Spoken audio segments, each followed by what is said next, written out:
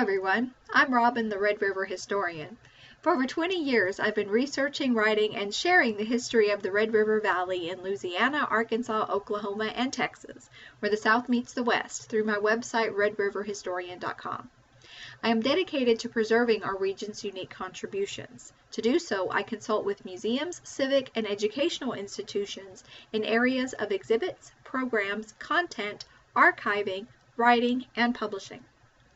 Today's web lesson concerns implementing effective educational programming in museums. While many museums don't necessarily have the staff or resources to hire full-time educators, the mission of providing solid educational programming is very paramount. Let's see how this can be done with minimal cost using the resources you already have. One of the first tasks in educational programming is to ask yourself, what is it that I want my audience to learn?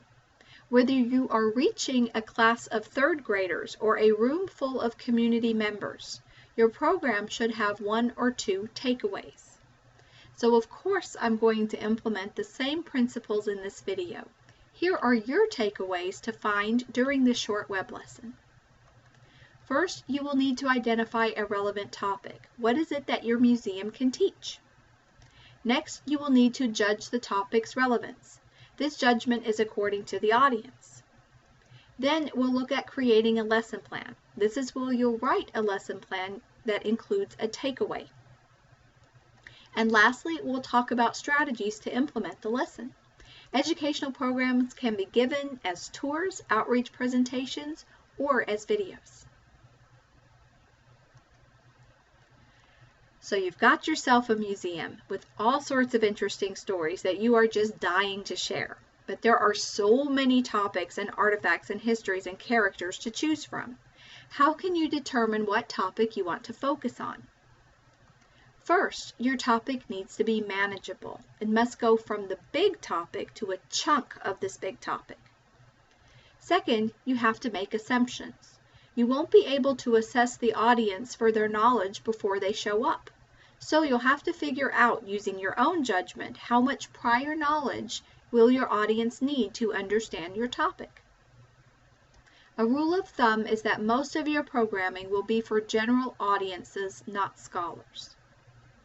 For example, World War II is a gargantuan topic. There are entire museums devoted to this war, after all.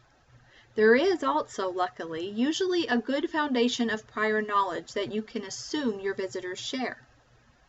Your topic, therefore, can be much more narrow. For example, you could focus on some of the men in your county who went to fight the war, the wartime industries in your area, local women's work during the war, or communal demonstrations of concepts like self-sacrifice and patriotism. The reason you don't want to bite off too big a chunk in your programming is that you want your lesson to be relatively short. Even for adults, attention spans wane within 10 minutes of a program. Good speakers can hold them a bit longer, but not by much. The takeaway for your audience has to be apparent very quickly. Attention spans haven't changed. They were never quite what we had thought them to be. You want to keep it simple. For example, a program about trains in your area should not overwhelm with technical knowledge. Your program should not be based on detailed intricacies of steam, electric, or diesel locomotive power. That's not to say that it will be dumbed down. The topic just needs to be simplified. Just like big topics can overwhelm with too much information, big information can also be overwhelming.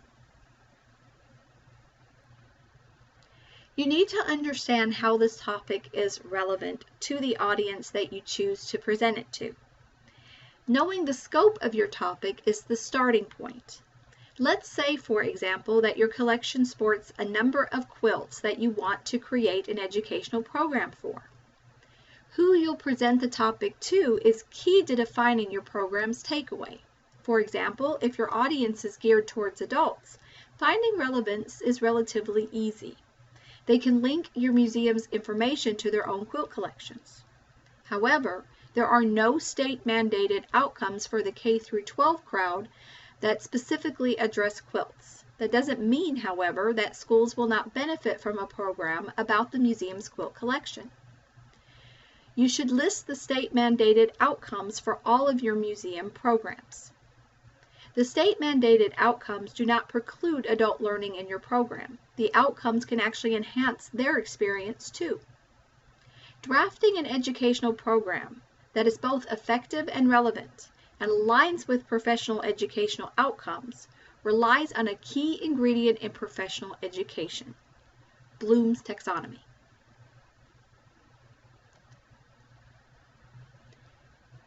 Educational programming can often fall back on generic words, such as learn, inform, instruct, and teach. These are verbs that are mostly inert and should be avoided. For example, I'll teach you about farming techniques is vague, but I will demonstrate to you how to card cotton is an actual deliverable. These action verbs imply a takeaway. Knowing the action verbs helps in determining what the actual educational outcomes in your program will look like. But which action verbs should you use? The key is a tool called Bloom's taxonomy. Bloom's taxonomy relies on 6 categories of learning. Each category builds on each other.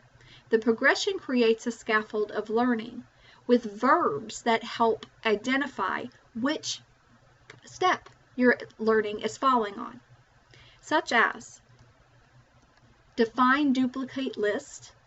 Then it builds on classify, describe, and identify. Then it builds on demonstrate, apply, solve.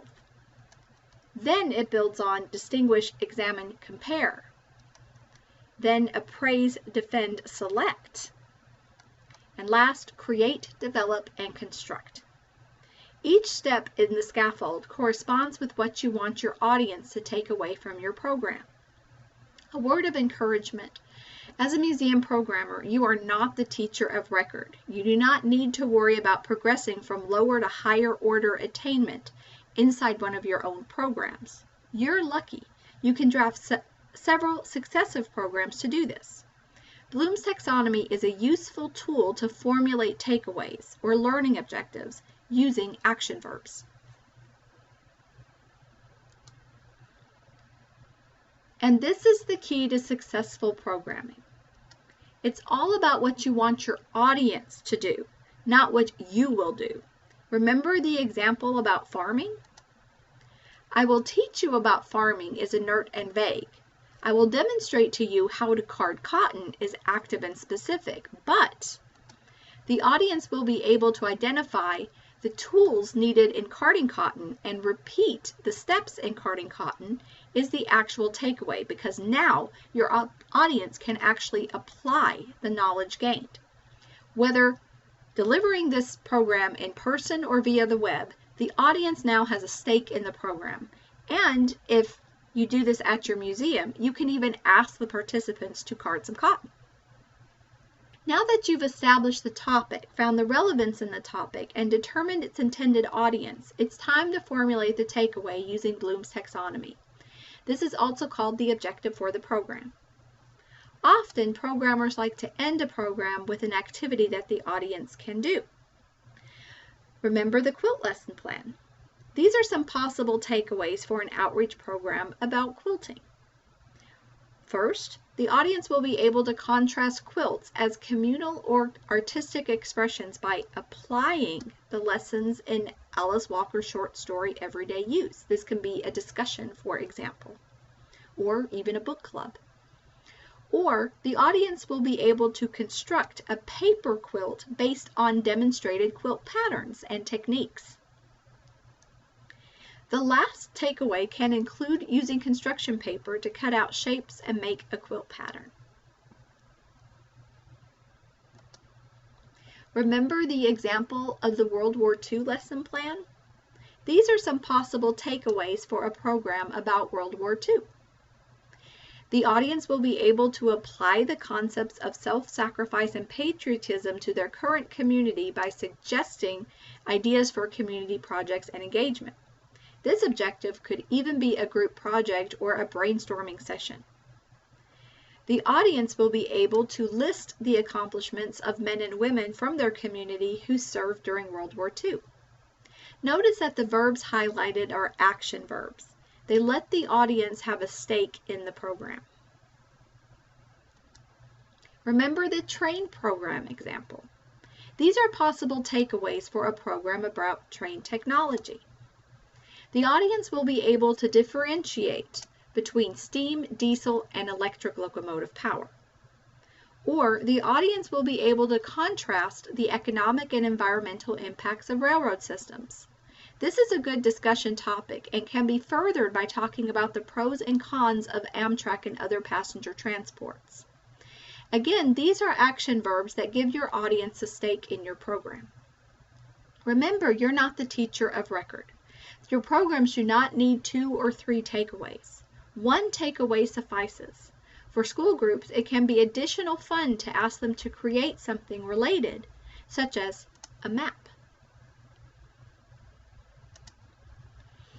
There is no tried and true formula for implementing an educational program. It can be done in a variety of ways, and it should depend on your comfort level. The format should be well thought through. It can be a PowerPoint, a Prezi, or an object lesson. Think of multiple venues where you can present a program.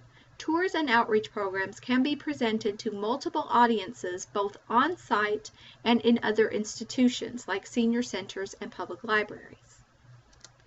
You can also adapt an educational program for an online program. It can be given through software apps like Zoom, but you can also create a video that can be shared via YouTube and placed on your museum's website. Make sure to write a promotional plan for your educational programs. Let people know through Facebook, a newsletter, news releases, and calendar that you will have a new tour, presentation, activity, exhibit, or event. Make sure to explain what your audiences will take away from your program. Think about adding an ancillary program to accompany your lesson.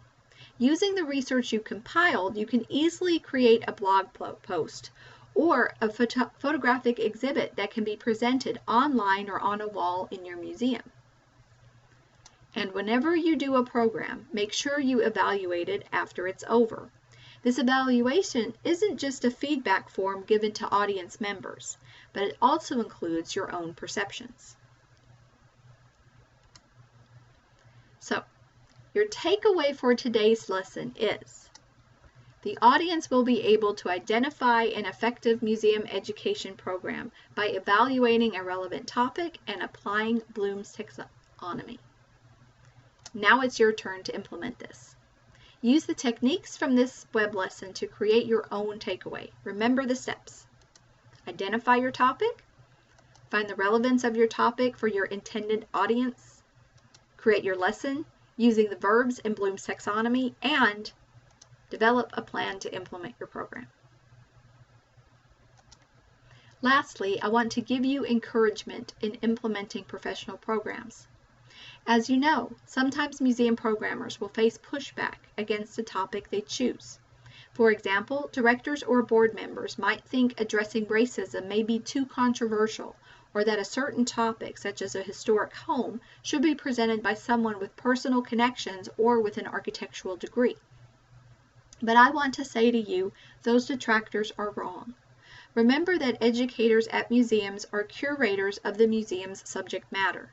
Your job is to build programs using the museum's content by applying the tools of education.